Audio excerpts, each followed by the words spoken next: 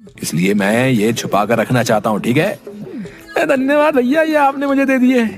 अब मैं घर जा रहा हूँ, मैं कल इनको बो दूंगा है।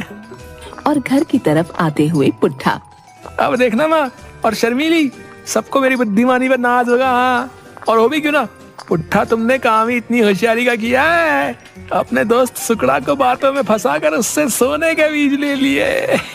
अरे पुट्ठा वाह। बेटा इतनी देर में आया है? माँ आज खुशी का दिन है, आज मैंने बहुत बड़ा काम किया है। ऐसा क्या किया है?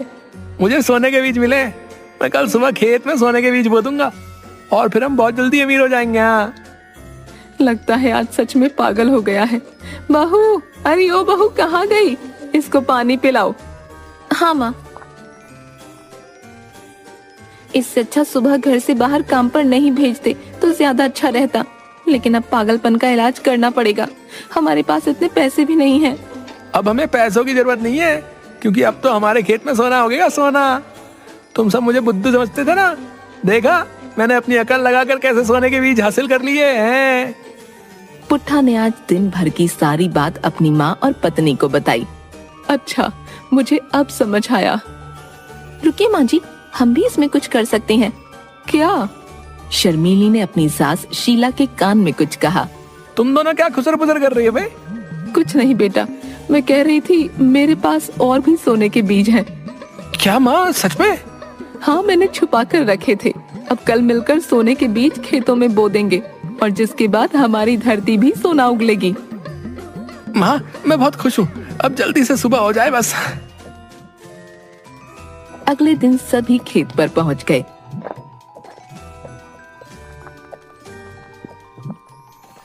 और पूरे खेत में गेहूं बो दिए, लेकिन पुट्ठा उसे सोना समझ रहा था, इसलिए उसकी खुशी का कोई ठिकाना नहीं था। अब सोने के बीज बो दिए हैं, लेकिन तुम ये बात किसी को मत बताना। हाँ माँ, मैं किसी को नहीं कहूँगा। हमें खेत की सिंचाई, नराई करनी होगी और पशुओं से देखभाल भी करनी होगी। माँ आप बेफिक्र रहो, मैं अब सारा काम खुद देख लूंगा। पुट्ठा खेत में मेहनत करने लगा। शर्मीली खेत में ही पुट्ठा को खाना देकर आती। पुट्ठा ने अब सबसे बातें करनी बंद कर दी थी, इसलिए कोई भी उसका फायदा नहीं उठा पा रहा था। पुट्ठा सिर्फ अपने काम पर ध्यान दे रहा था और इसी तरह 3-4 महीने बीत गए। पुट्ठा की माँ शीला खेत पर आई। माँ हमारे साथ धोखा हुआ है। क्या हुआ है बेटा? सब कुछ तो ठीक चल रहा है।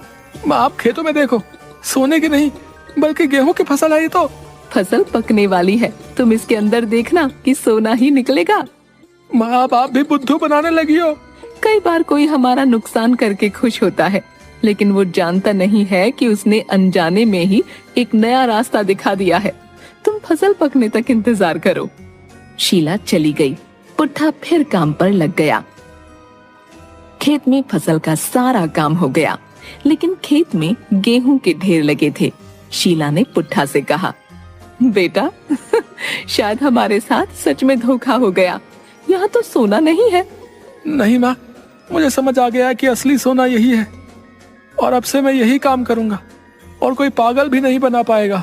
पूरा परिवार